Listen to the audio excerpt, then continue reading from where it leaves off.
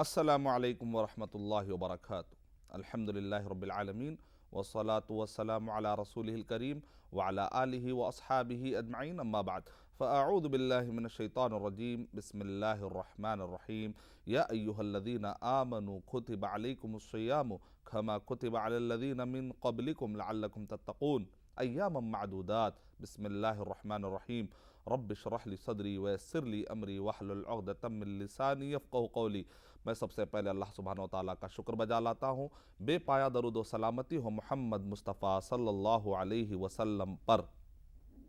رمضان المبارک سے فائدے انسانوں کے لیے، اس تھیم کے تحت 35 ایپیسوڈ ہم نے دینے کا وعدہ کیا تھا الحمدللہ،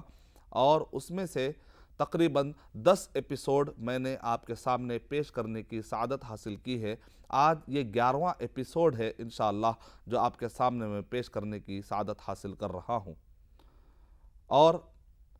ابھی تک جو ایپیسوڈ ہمارے پاس ہوئے ہیں تو ہم نے کوشش کیا ہے کہ ایک انسان کو رمضان مبارک میں جیسے جیسے ایک ایک دن گزرتا ہے تو اس کے حساب سے ہم نے ٹاپک کے عناوین کو ترتیب دیا ہے سائنٹیفیکلی، اور انسان کے نیڈ کے حساب سے انشاءاللہ ہم نے کوشش کریں گے اور ہم نے کوشش کی ہے کہ اس کے حساب سے ہم ترتیب کو لے کر جائیں۔ پہلے کے شروع کے جو 4 ایپیسوڈ تھے وہ چاند اور رویت ہلال اور سائنٹیفیکلی لونار جو کیلنڈر ہوتا ہے اور چاند کا گھٹنا اور بڑھنا اور اس کا ہلال سے ہوتے ہوئے 14ویں کا چاند بن جانا، یہ سب چیزوں کو ہم نے ایک سائنٹیفک بیک گراؤنڈ سے بھی سمجھاتے ہوئے، قرآن اور صحیح احادیث میں کیا تعلیمات ہمیں ملتی ہیں اس بارے میں بھی سمجھاتے ہوئے پہلے کے 4 ایپیسوڈ، پھر 2 ایپیسوڈ میں استقبال رمضان، پھر اس کے بعد 3 ایپیسوڈ میں رمضان المبارک سے متعلق اہم بنیادی باتیں، رمضان کا تعارف، رمضان المبارک میں مشہور سنے جانے والے جو ٹرمینالوجیز ہیں، اعتکاف، لیلۃ القدر، ذکر، افطار، سحری، قیام اللیل، اور اسی طریقے سے خود ورڈ رمضان، خود ورڈ صوم، الصلاۃ، ان سب کی ہم نے تفصیلات بیان کی تھی۔ اور اسی طریقے سے رمضان المبارک کی اہمیت کیا ہے، اس کے اندر روزوں کی اہمیت کیا ہے اور اس کے فضائل کیا ہے، اس پر ہمارے ایپیسوڈ الحمدللہ ہوئے۔ پھر اس کے بعد 10واں ایپیسوڈ میں نے آپ کے سامنے پیش کیا تھا کہ رمضان المبارک کا حکم کیا ہے، یعنی کہ رمضان المبارک کے روزوں کا حکم کیا ہے، اور اللہ تعالیٰ نے قرآن مجید میں فرض کا حکم کن کن آیتوں میں دیا تھا اور کن لوگوں پر یہ رمضان المبارک کے روزے فرض کیے گئے ہیں۔ تو اس وقت پر لاسٹ ایپیسوڈ میں الحمدللہ میں نے آپ کو یہ بتایا تھا کہ 10 پوائنٹ کو سمجھنا ضروری ہے کامنلی، بنیادی طور پر۔ میں نادر اور ایکسیپشنل کیسز یا کبھی کبھی وجود میں آنے والے کیسز کے بارے میں آپ کے سامنے گفتگو نہیں، جنرلی ایک عام انسانوں کو جو مسائل سمجھنا چاہیے اس میں سے 10 پوائنٹ کا میں نے ذکر کیا۔ ڈیٹیل کے وسیع ترین مسائل کے لیے آپ کو بڑے بڑے کتابوں میں اور طویل کتابوں میں پڑھنا پڑے گا، لیکن کامنلی آپ کو یہ 10 پوائنٹ کا علم ہونا چاہیے کہ کس پر روزہ فرض ہوتا ہے۔ سمجھنے کے لیے میں نے کہا تھا آپ کو کہ مردوں کے لیے اگر آپ غور کرتے ہیں تو 6 پوائنٹس، یعنی مسلم ہونا چاہیے۔ روزہ کس پر فرض ہوتا ہے؟ مسلم پر فرض ہوتا ہے۔ اور اسی طریقے سے وہ عاقل ہونا چاہیے، یعنی وہ پاگل اگر ہوگا تو ظاہر بات ہے شریعت ایسے لوگوں کے اوپر جو سمجھتی نہیں ہے شریعت کو، اللہ نے رحم کھایا ان کے اوپر فرض ہی نہیں کیا شریعت کو۔ اس کے میں نے ڈیٹیل حوالے دیے ہیں کہ نبی اکرم صلی اللہ علیہ وسلم نے جو ارشاد فرمایا ان ارشاد کی معلومات اور اس کی روشنی میں۔ اور تیسرا یہ ہے کہ بالغ کس کو کہتے ہیں، اس پر ہماری ڈیٹیل گفتگو ہو چکی ہے لاسٹ ایپیسوڈ میں۔ بالغ ہونا چاہیے،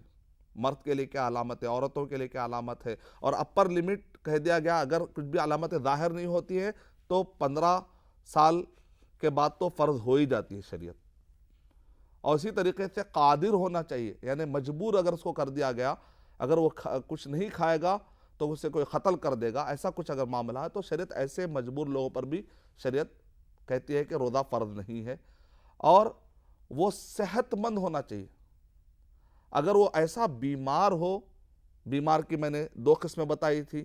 ایک وہ جس کے اچھے ہونے کی امید ہے تو ظاہر بات اس کو بعد میں قضا دینی چاہیے اچھا ہونے کے بعد۔ اب وہ بیمار دو طریقے سے ہوا ہے، یا تو اس کو پہلے سے ہی بیمار تھا تو اس نے روزہ بالکل ہی نہیں رکھا، یا روزہ شروع ہونے کے بعد اس کو اچانک بیماری لاحق ہوئی توڑنا پڑا۔ دونوں صورتوں میں اگر وہ بعد میں اس کے اچھا ہونے کی امید ہے تو اس کو قضا دینی پڑے گی۔ سورہ بقرہ سورہ نمبر 2 کے آیت نمبر 184، سورہ بقرہ سورہ نمبر 2 کے آیت نمبر 185 میں اس کی طرف اشارہ کیا، ڈیٹیل میں گزشتہ ایپیسوڈ میں اس بارے میں گفتگو ہو چکی ہے الحمدللہ۔ اور بیماری کی دوسری قسم وہ ہے کہ جس کے اچھے ہونے کی اب امید نہیں ہے، یا تو جوان ہے اب بیمار ہو گیا ہے، ڈاکٹر نے کہہ دیا کہ اب اچھے ہونے کی امید نہیں ہے، یا ایسا بوڑھا جس کے اچھا ہونے کی امید نہیں ہے، جیسا کہ حدیث میں آتا ہے دارقطنی کی روایت میں،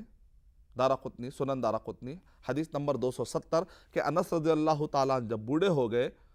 تو انہوں نے رمضان مبارک ختم ہونے کے بعد 30 مسکینوں کو انہوں نے بلایا اور 30 مسکینوں کو کھانا کھلا دیا۔ اس کو کہتے ہیں فدیہ دینا، وَعَلَى الَّذِينَ يُطِيقُونَهُ فِدْيَةٌ طَعَامُ مسکین، کہ وہ لوگ جو مشقت رکھتے ہیں، ان کو روزہ رکھنے کے لیے بڑی مشقت ہو جاتی ہے، فِدْيَةٌ طَعَامُ مسکین، تو ان کو فدیے میں کیا کرنا چاہیے؟ مسکین کو کھانا کھلا دینا چاہیے، ایک وقت کا کھانا کھلائے، مسکینین دو مسکین نہیں، مسکین کو کھلا دینا چاہیے، مرتین دو مرتبہ نہیں، مسکین کو کھلا دینا چاہیے، طعام مسکین کہہ دیا گیا۔ تو یہ مسائل تھے جو گزشتہ ایپیسوڈ میں نے آپ کو بتائے تھے، اور ساتھ ساتھ میں نے ذکر کیا تھا 6واں پوائنٹ بھی کہ مسافر سفر کی حالت میں اگر ہو، سفر کی حالت میں اگر ہو اور مشقت میں ہو، اس کو پتہ چل گیا کہ بھئی اگر میں اب روزہ رکھوں گا، جو سفر میں جا رہا ہوں تب تو بہت مشقت والا سفر ہے، میرے لیے ممکن نہیں، اگر وہ روزہ چھوڑ دیتا ہے گنجائش ہے، سفر کی بنیاد پر بھی اگر وہ چھوڑتا ہے تو بھی گنجائش ہے، سفر کے اندر مشقت کی بنیاد پر چھوڑتا ہے تب بھی گنجائش ہے، لیکن اگر کوئی کہتا ہے مجھے مشقت نہیں ہے، میں سفر کی بنیاد پر رکھنا چاہتا ہوں تو مرضی ہے، رکھنا چاہتا ہے تو الحمدللہ، بعد میں وہ قضا جبکہ ماحول بھی نہیں ہوتا، رمضان مبارک کے بعد ماحول بنانا ہو سکتا آدمی بھول جائے، وہ کہتا ہے کہ بھئی چلو تھوڑی بہت مشقت ہوتی ہے میں برداشت کر لیتا ہوں، تو اس کو بہتر ہے کہ وہ روزہ رکھ لے، لیکن وہ مشقت آؤٹ آف کنٹرول ہو تو ایسے وقت پر روزہ نہ رکھے۔ سورہ نساء سورہ نمبر 4 کے آیت نمبر 29 فَلَا تَقْتُلُوا أَنفُسَكُمْ، خودکشی کرو مت، خودکشی کرنا حرام ہے۔ اب اگر ایک آدمی کہتا سفر میں تو ہوں لیکن مشقت مجھے نہیں لگتی ہے، تو ایسے وقت پر روزہ رکھنا افضل ہے یا چھوڑ دینا افضل ہے؟ تو اللہ تعالیٰ نے جو نعمتیں دی ہے، اللہ تعالیٰ نے اگر کچھ چھوٹ دی ہے تو اس کا فائدہ اٹھانا یقیناً اچھا رہے گا۔ علماء اکرام نے کہا کہ آدمی کے اوپر چھوڑ دیا جائے گا کہ وہ خود فیصلہ کرے کہ اگر وہ روزہ رکھ لینا چاہتا ہے تو وہ روزہ رکھ سکتا ہے، اگر وہ روزہ اس کو رکھنے میں قریبی مشقت ہو رہی ہو تو ایسے وقت پر اس کا روزہ چھوڑ دینا افضل ہے۔ ہاں اگر مشقت نہیں ہو رہی ہے اور وہ روزہ رکھنا چاہتا ہے تو الحمدللہ کوئی مسئلہ نہیں ہے۔ اگر روزہ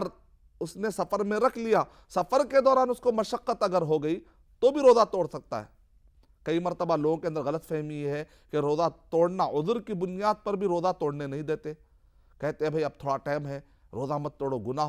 ہوگا، نہیں، عذر اگر موجود ہے، سفر ہے، بیماری ہے، تو ایسے وقت پر روزہ توڑا جا سکتا ہے۔ نبی اکرم صلی اللہ علیہ وسلم کے زمانے میں بھی بعض صحابہ اکرام روزہ نہیں توڑ رہے تھے، تو ایسے وقت پر نبی اکرم صلی اللہ علیہ وسلم نے، صحیح مسلم کی روایت ہے کہ آپ نے پیالہ پانی کا منگوایا اور آپ نے آسمان کی طرف دکھا کر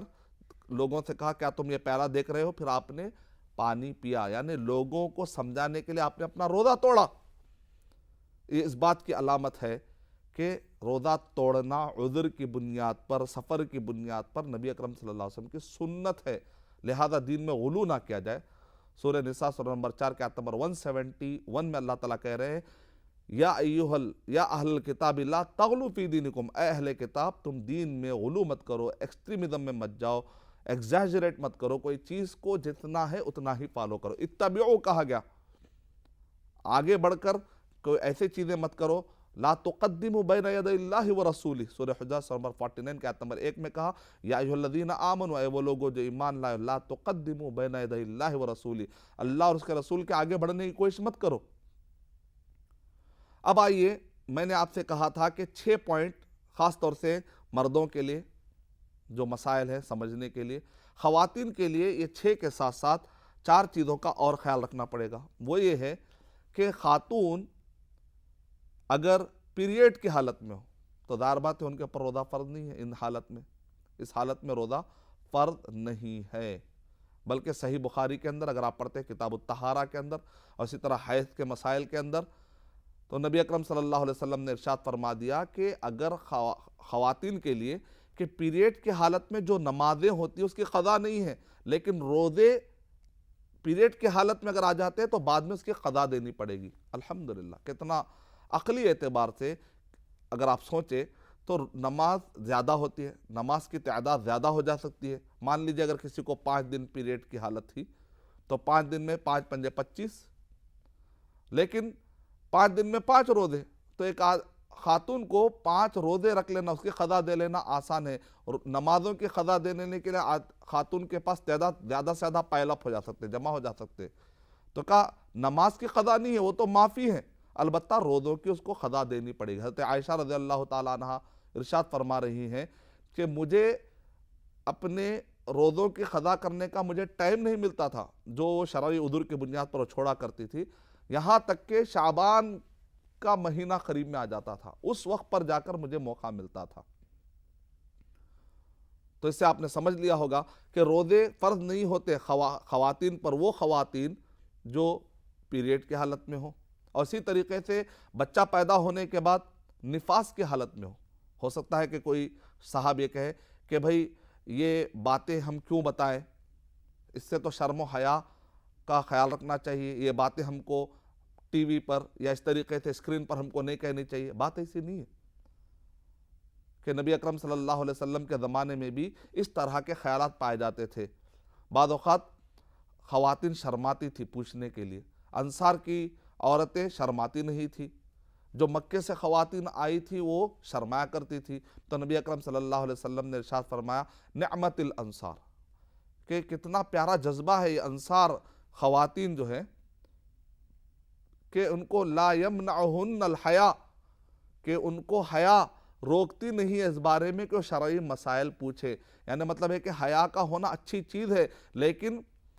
ہر چیز میں غلو منع کیا گیا، کسی بھی چیز میں ایکسٹریمزم صحیح نہیں ہے. اتنی زیادہ حیا اور اتنی زیادہ شرم کہ آدمی شرعی مسائل بھی سمجھ نہ پائے، یا ایک آدمی کو شرعی مسائل سمجھانے کے لیے بھی حیا رہی ہو، تو یہ حیا غلو کی طرف ہے، صحیح نہیں ہے، شریعت میں غیر مقبول ہے، ناٹ ایکسیپٹڈ، پرمیشن نہیں ہے اس کا، ناٹ پرمیٹڈ، اس کی کوئی اجازت نہیں ہے. تو لہذا مسائل کو سیکھنا چاہیے، سمجھنا چاہیے. تو بچہ پیدا ہونے کے بعد جو عورت کو خون آتا ہے، جس کو کہتے ہیں ہم نفاس کا خون، اس وقت پر بھی روزہ فرض نہیں ہوتا ہے، لیکن بعد میں ان کو قضا دینی پڑے گی. اور اسی طریقے سے 2 پوائنٹ اور رہ جاتے ہیں، وہ یہ ہے کہ مرضعہ نہ ہو، یعنی کہ لیکٹیشن پیریڈ، عورت جب بچے کو دودھ پلاتی ہے یا اس سے پہلے حاملہ اگر عورت پریگننٹ ہو، یہ 2 صورتوں میں کہ جب عورت پریگننٹ ہو اور دوسرا ہے کہ عورت بچے کو دودھ پلا رہی ہو، وَإِنْ خَافَتَا، یا اپنے اوپر یا بچوں کے اوپر ان کو خوف ہوتا ہے کیا تو بچے کی جان چلے جائے گی، یعنی اگر وہ روزہ رکھے گی تو دودھ میں آنے میں کمی ہو جائے گی، یا اسی طریقے سے عورت کو خود کمزوری لاحق ہونے کے سے ڈاکٹر نے وارننگ اگر دی ہو، کمزوری کی بنیاد پر کچھ مزید بیماری آ جا سکتی ہے، خود کو بھی تکلیف بچے کو بھی تکلیف، تو ایسی حاملہ پریگننٹ عورت یا ایسی دودھ پلانے والی خاتون جو اپنے آپ پر یا بچے کے اوپر اس کو خوف ہوتا ہو، تو اس بنیاد پر وہ روزہ چھوڑ سکتی ہے، کیونکہ ان کے اوپر ایسے لوگوں کے اوپر بھی نبی اکرم صلی اللہ علیہ وسلم نے ارشاد فرمایا کہ ان کے لیے بھی چھوٹ دی گئی ہے. اب لیکن جیسے پیریڈ میں میں نے بتایا آپ کو، حیض کی حالت میں یا اسی طریقے سے نفاس کی حالت میں اگر روزہ چھوڑتی ہے تو بعد میں ان کو اس کی قضا دینی پڑے گی، لیکن حاملہ پریگننٹ اگر عورت ہو اور اسی طریقے سے دودھ پلانے کی ایج ہو، حالت ہو، تو ایسے وقت پر خاتون کو اس بات کی اجازت ہے کہ وہ خاتون روزہ چھوڑ سکتی ہے. یعنی عام طور پہ یہاں پر غلط فہمی یہ نہیں ہونی چاہیے کہ عورت کے جسم سے چونکہ دودھ نکل رہا ہے تو شاید کہ روزہ ٹوٹ جائے گا. دودھ نکلنے سے روزہ نہیں ٹوٹتا. صحابہ کرام تو جنگوں میں رمضان مبارک کے موقع پر، جنگ بدر ہو یا فتح مکہ ہو، انہوں نے تو جنگیں لڑی، امن قائم کرنے کے لیے، تو اس وقت پر تو ان کے جسموں سے تو خون فوارے کی طرح بہتا تھا، لیکن اس کے باوجود بھی کسی نے فتویٰ یہ نہیں دیا کہ صحابہ کرام کا روزہ مکروہ یا روزہ ٹوٹ گیا۔ تو اس لیے صرف دودھ نکلنے کی وجہ سے روزہ ٹوٹتا ہے، یہ اصل بنیاد نہیں ہے۔ اگر اس کو خوف ہوتا ہے کہ بچے کو پراپر دودھ نہیں آ رہا روزہ رکھنے کی وجہ سے، یا ماں کو کمزوری ہو رہی ہے، تو ایسے وقت پر ماں روزہ چھوڑ سکتی ہے، لیکن بعد میں قضا دے گی یا نہیں دے گی، اس بارے میں دو اوپینین پائے جاتے ہیں۔ دونوں کا بھی احترام کرنا چاہیے۔ اجتہادی مسائل میں ہم کو ایک دوسرے کا احترام کرنا چاہیے۔ اپنے اوپینین کو اگر آپ صحیح مانتے ہیں تو سامنے والے اوپینین والے کے پاس اگر فہم کا اختلاف ہے، اجتہادی مسائل ہیں، تو ایسے وقت پر ہم کو ایجوکیٹڈ انداز میں اپنی بات رکھ سکتے ہیں، لیکن کسی کو منوا نہیں سکتے آپ۔ اس میں دو فہم یہ پائے جاتے ہیں کہ ایک تو یہ ہے کہ مان لیجئے کہ اگر کسی کو 10 بچے ہوئے، مثال دے رہا ہوں میں آپ کو، 10 لڑکے ہوئے، تو اب اس کا مطلب مان لیجئے جب بھی رمضان مبارک آیا تو اس وقت پر وہ عورت 10 لڑکوں کو آپ تصور کیجئے 10 سال اس کو حمل کے مرحلے سے گزرنا پڑا، اور وہ عورت کو کافی تکلیف اگر ہوئی اس دوران، تو ایک معنی میں 10 سال کے روزے اس کے اگر چھوٹ گئے مشقت کی وجہ سے۔ پھر اس کے بعد لیکٹیشن پیریڈ میں بھی اگر آپ ایک آن این ایوریج لیکٹیشن پیریڈ یا حمل دونوں میں سے کسی ایک وجہ سے مان لیجئے کسی خاتون کے 10 سال کے روزے چھوٹ گئے، اب بعد میں اگر اس کو روزے رکھنا پڑے گا، قضا دینا پڑے گا، تو اگر ہم یہ کہیں گے 30 دہا 300، تو 300 روزے رکھنا پڑے گا، قضا دینی پڑے گی۔ تو اس میں دو اوپینین ہیں۔ بعض علماء کہہ رہے تھے ہاں ان کو بعد میں قضا دینی پڑے گی، کفارہ بھی دینا اور بعد میں ان کو قضا بھی دینی ہے، لیکن اس بارے میں ابن عباس رضی اللہ تعالیٰ عنہ کا فتویٰ ہے، ابن عمر رضی اللہ تعالیٰ عنہ کا فتویٰ ہے، اور میں نے ابھی تک جتنا بھی ریسرچ میں نے کیا ہے، یہ دو فتوے ہم کو صحابہ اکرام کے زمانے سے ملتے ہیں، اور صحابہ اکرام کے زمانے میں کسی بھی طریقے کا اختلاف نہیں پایا گیا، یہی دو فتوے، اس کے خلاف کوئی فتویٰ نہیں۔ سورہ بقرہ سورہ نمبر 2 کے آیت نمبر 184 میں اللہ سبحانہ وتعالیٰ نے جو ارشاد فرمایا ہے وَعَلَى الَّذِينَ يُطِيقُونَهُ فِدْيَةٌ طَعَامُ مِسْكِينٍ، جن کو مشقت ہوتی ہے، تو کہہ رہے ہیں کہ ان کے لیے فِدْيَةٌ طَعَامُ مِسْكِينٍ، کہ وہ ایک روزے کے بدلے میں ایک مسکین کو کھانا کھلا دے۔ یعنی اگر کوئی خاتون پریگننٹ ہو اور مشقت محسوس کر رہے ہو روزہ رکھنے میں، یا اسی طریقے سے دودھ پلانے والی خاتون اگر وہ مشقت محسوس کر رہی ہے، تو ایسے وقت پر وہ روزہ چھوڑ دے، اور رمضان مبارک کے بعد جتنے روزے اس نے چھوڑے، اگر وہ مکمل پورا مہینہ اس نے اگر چھوڑ دیا، تو 30 مسکینوں کو بلائے اور کھانا کھلا دے۔ ابن عباس رضی اللہ تعالیٰ عنہ اور ابن عمر رضی اللہ تعالیٰ عنہما، یہ دونوں صحابہ نے نبی اکرم صلی اللہ علیہ وسلم سے مرفوع بیان کیا۔ تفسیر طبری اگر آپ پڑھیں گے سورہ بقرہ سورہ نمبر 2 کے آیت نمبر 184، اس آیت کی تفسیر میں آتھنٹک سندیں ہیں، بالکل اس کی سندیں میں نے چیک کیے، اور کلیۃ الحدیث سے میرا اسپیشلائزیشن حدیث شریف کا ہے، تو الحمدللہ اس کو کراس چیک کرنے کے بعد میں آپ سے اطمینان کے ساتھ یہ بات کہہ رہا ہوں، اطمینان کے ساتھ آپ اس پر عمل کر سکتے ہیں۔ لیکن اس کے باوجود اگر کوئی یہ کہتا ہے کہ نہیں میں دوسرے اوپینین پر عمل کرنا چاہتی ہوں، یعنی یہ کہ میں پوروں کی قضا دینا چاہتی ہوں، تو الحمدللہ آپ اگر کسی اور اوپینین پر عمل کرنا چاہتے ہیں، کسی اور اجتہاد پر عمل کرنا چاہتے ہیں، آپ کو اسی پر اطمینان ہے، کیونکہ یہ اجتہادی مسئلے ہیں، تو میں آپ کو کوئی چیز منوا نہیں سکتا، لیکن دلائل کی بنیاد پر، پروف کی بنیاد پر ابن عباس رضی اللہ تعالیٰ عنہ، ابن عمر رضی اللہ تعالیٰ عنہ کا فتویٰ، تابعین، تبع تابعین، بعد میں کسی بھی عالم کا فتویٰ، اس سے بہتر کس کا فتویٰ ہوتا ہے؟ ایک صحابی کا فتویٰ ہوتا ہے، اور وہ صحابی ابن عباس رضی اللہ تعالیٰ عنہ، ابن عمر رضی اللہ تعالیٰ عنہ، دونوں کے فقہ میں دنیا سارے ان کے فقہ کو تسلیم کرتی ہے، اور پورے صحابہ کرام میں سے کسی کی مخالفت نہیں ہوئی اس فتوے کی۔ تو قرآن اور صحیح حدیث کو سمجھنے کے لیے نبی اکرم صلی اللہ علیہ وسلم نے حضرت ابن عباس رضی اللہ تعالیٰ عنہ کے بارے میں خاص طور سے کہا اللہم فقہہ فی التنزیل وعلمہ التأویل، کہ اللہ سبحانہ وتعالیٰ ان کو تفسیر کے اندر، تنزیل کے اندر، اللہ تعالیٰ سمجھ ڈیپتھ عطا کر، اور ان کو قرآن مجید کی گہرائی تو عطا کر۔ تو اس کی بنیاد پر میرا مشورہ یہ ہے کہ اس اوپینین کی بنیاد پر انشاءاللہ خواتین اگر عمل کریں گے تو ان کو بعد میں قضا نہیں دینی ہے۔ اگر کوئی اس اوپینین کو مان لیتا ہے تو وہ خواتین جو پریگننٹ ہے اور مشقت محسوس کر رہی، مشقت نہیں ہے تو بہتر ہے کہ آپ روزہ رکھیں، کہ روزہ جیسی کوئی عبادت نہیں ہے، لا مثل لہو، نبی اکرم صلی اللہ علیہ وسلم نے ارشاد فرمایا۔ لیکن اسی طریقے سے دودھ پلاتے وقت پر بھی آپ کو مشقت محسوس ہو رہی ہے تو آپ روزہ چھوڑ سکتے ہیں اطمینان کے ساتھ، جتنے روزے چھوٹے ہیں بعد میں اس کے قضا دینے کی ضرورت نہیں ہے، آپ فدیہ دے دیں گے، جتنے آپ کے روزے چھوٹے اتنے مسکینوں کو اگر آپ کھانا کھلا دے تو کافی ہے، 2 مرتبہ کھلانے کی ضرورت نہیں ہے، 1 مرتبہ کھلا دینا کافی ہے۔ فدیۃ طعام مسکین کہا گیا، مرتین نہیں کہا گیا یا مسکینین بھی نہیں کہا گیا۔ تو میں نے آپ کے سامنے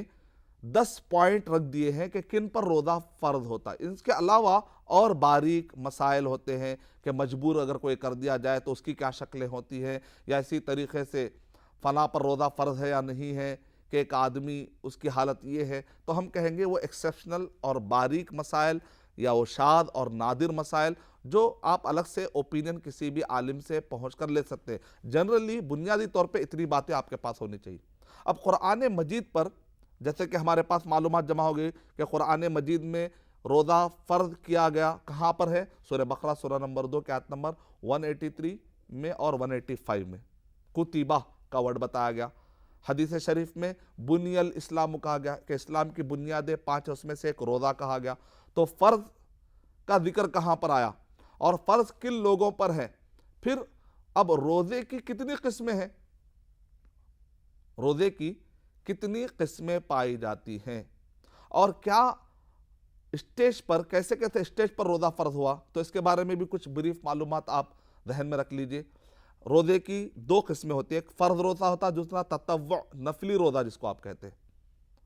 جیسا کہ اللہ تعالیٰ نے قرآن مجید میں ارشاد فرمایا سورہ بقرہ سورہ نمبر 2 کے آیت نمبر 183 میں کہا کتب علیکم الصیام، تو ایک فرض روزے کی قسم ہوئی، اور دوسری قسم ہے تطوع، آیت نمبر 184 سورہ بقرہ سورہ نمبر 2 کے آیت نمبر 184 میں کہا فمن تطوع خیرا فہو خیر اللہ وان تصوموا خیر لکم ان کنتم تعلمون، یعنی اگر نفلی طور پہ کوئی روزہ رکھنا چاہتا ہے تو یہاں پر نفلی روزے کا ذکر آیا ہے قرآن مجید میں ڈھیر ساری جگہوں پر۔ اور اسی طریقے سے چپ کا روزہ بھی ہوتا ہے، جیسا کہ لن اکلم اليوم انسیہ مریم علیہ السلام کے زمانے میں تھا، یعنی کہ ان کو کہا کہ تم خاموش رہ جاؤ، کہ تم خاموش رہ جاؤ، یعنی کہ لٹرل سینس میں صوم کا معنی بھی آتا ہے، لیکن شرعی اعتبار سے ایک فرض روزہ ہوتا ہے، دوسرا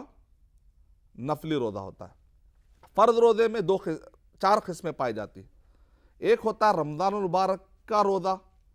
جو قادر ہو، جو اسلامی اعتبار سے ایلیجیبل ہو، جو 10 پوائنٹ میں نے آپ کو بتائے، اور دوسرا ہوتا ہے اگر کسی نے روزہ چھوڑ دیا تھا تو بعد میں اس کو ظاہر بات ہے قضا دینی ہے، اگر پھر اس کی استطاعت ہو، قضا دینے کے لیے شریعت میں ایلیجیبلٹی ہے، اس کے حساب سے اگر وہ فٹ آتا ہے تو یہ ایک قسم ہوئی۔ تیسری قسم یہ ہے کہ کفارے میں آپشن ہے روزہ رکھنے کا، غلام کو آزاد کرنے کا، اگر کسی نے کفارے میں روزہ رکھنے کا آپشن اپنا لیا تو ظاہر بات ہے کفارے میں اس کے لیے روزہ رکھنا ضروری ہے، تو یہ ایک فرض روزے کی قسم بھی۔ چوتھی نظر کا روزہ، سورہ انسان سورہ نمبر 67 کی آیت نمبر 6 کے اندر، آیت نمبر 7 کے اندر کہا گیا یوفون بالنذر، نظر کا روزہ۔ اور نفلی روزہ انشاءاللہ ہم رمضان المبارک کے آخری ایپیسوڈ میں بتائیں گے کہ سال بھر کے نفلی روزوں کی تقسیم کیا ہوتی ہے، اور رمضان المبارک کے روزے جو فرض ہوئے، پہلے شریعت میں جو حکم دیا گیا وہ کیسا تھا،